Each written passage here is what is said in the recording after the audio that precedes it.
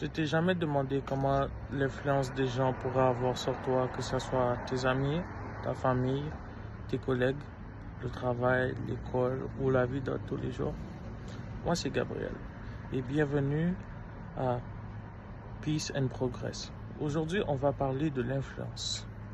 L'influence est quelque chose qu'on ne voit pas forcément, mais qui peut avoir un impact sur notre vie. Comme par exemple, nos amis, nos proches et même nos collègues de travail ou les gens avec qui on s'entoure. Je vous donne un exemple. Lorsque vous traînez avec, par exemple, vos amis, votre famille ou vos collègues de travail, certains d'entre eux auront un comportement. Et si vous êtes plus jeune ou plus une personne qui est destinée à suivre les gens, vous allez reproduire ce que ces gens font. Ça peut être positif, comme ça peut être négatif. Et l'influence, c'est pas juste ça aussi. Ça peut être sur les réseaux sociaux. Ça peut être le temps qu'on passe aussi sur les réseaux sociaux.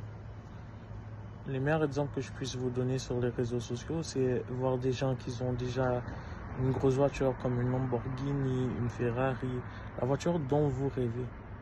Ou soit voir un couple qui réussit, qui s'aime, qui ne se chicane pas.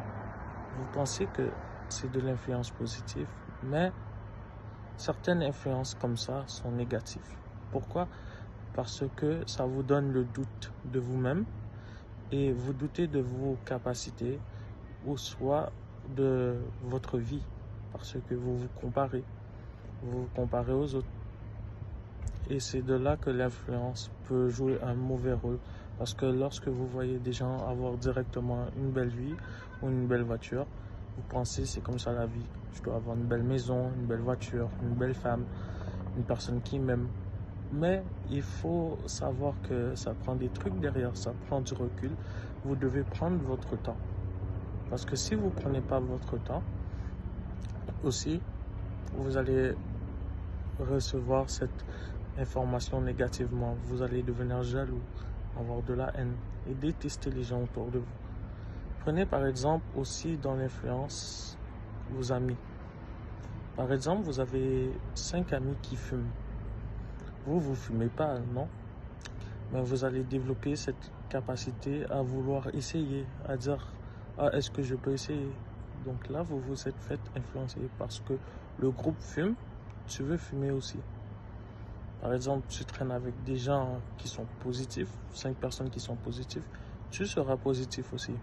Même si au début tu ne l'étais pas, mais tu le seras aussi, tu vois. Et autre chose, ta famille est toxique, négative, tu le sauras aussi. Donc l'influence peut jouer beaucoup de choses, que ce soit autant dans la vie personnelle, les réseaux sociaux, et dans la vie de tous les jours. Je ne dis pas que nous sommes parfaits. Je dis juste que tu peux choisir qui tu veux devenir.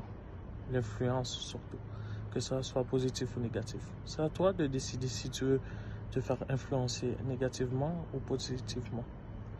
Et entoure-toi toujours de bonnes personnes. Ça, c'est un message qu'il faut répéter. Entoure-toi de bonnes personnes. Des gens qui veulent que tu réussisses. Des gens qui te supportent.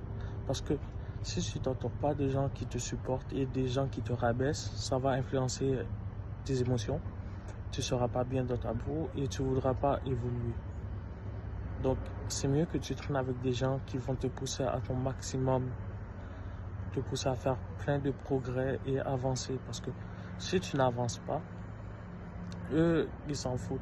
Tandis qu'une personne qui tient vraiment à toi, il voudra que tu réussisses. Tu vois? Il faut juste que tu trouves les bonnes personnes, que tu sois positif et tu t'entoures bien. Et aussi limiter les temps d'écran. Parce que dans une journée, il y a beaucoup de gens qui vont scroller, tu vois.